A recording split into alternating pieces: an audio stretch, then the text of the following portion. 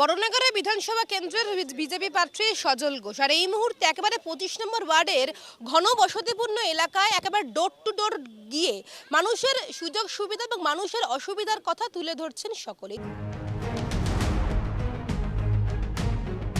আসন্ন বিধানসভা নির্বাচনে পদ্মপ্রার্থীর তালিকা প্রকাশ হওয়ার পরই বরানগর বিধানসভা কেন্দ্রের বিজেপি প্রার্থী সজল ঘোষ মাঠে নেমে পড়েছেন। প্রচারের প্রথম দিন থেকে মাটি আঁকড়ে পড়ে রয়েছেন সজল ঘোষ।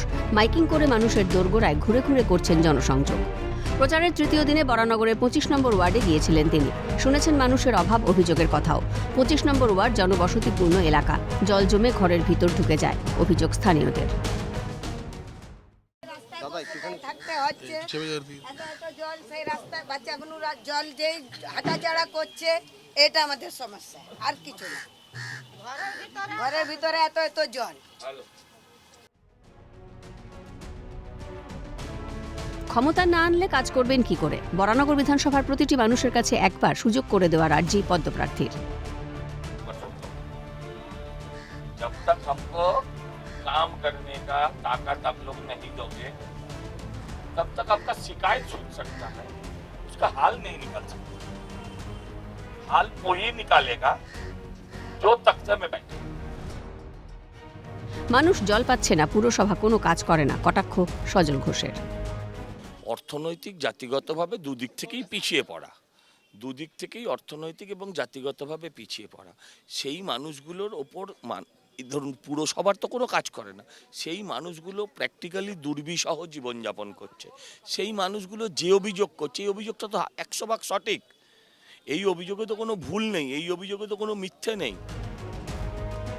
পাশাপাশি নির্বাচনী প্রচারে বেরিয়ে পড়েছেন সায়ন্তিকা বন্দ্যোপাধ্যায়। এসআইআরকে হাতিয়ার করে মানুষের কাছে ভোট চেয়েছেন বরানগরের তৃণমূল প্রার্থী। এসআইআর এর সময় বিজেপি কোথায় ছিলেন? ন্যাড়া বেলতলায় একবারই যায়। উনি বারবার যাচ্ছেন সজল ঘোষকে পাল্টা তোপ তৃণমূল প্রার্থীর। এসআইআর এর সময় আপনারা কোথায় ছিলেন? এসআইআর যখন চলেছে তখন বিজেপি কোথায় ছিল? তখন অন্য দল কোথায় ছিল?